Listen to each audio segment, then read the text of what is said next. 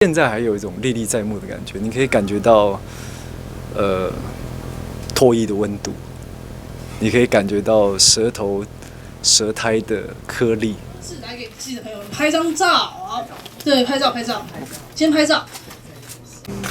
今年呢，8月15到25在台北，8月28到9月8号在高雄。亲密的戏啊。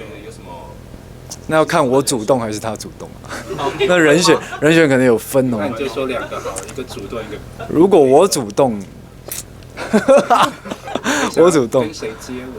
这接吻，其实我有想过，就是发现其实我好像没有太在乎，就是跟同性的所谓的做亲密举动，因为之前在帮琪姐拍的影像师里面就有遗失的10几分钟的画面，是我那时候其实做的还蛮彻底的，我觉得那个画面可能流出来，我觉得会上新闻。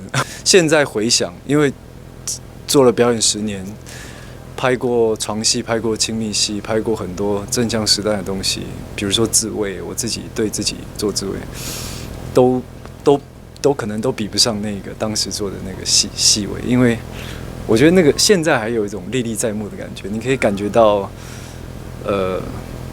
唾液的温度，你可以感觉到舌苔的颗粒。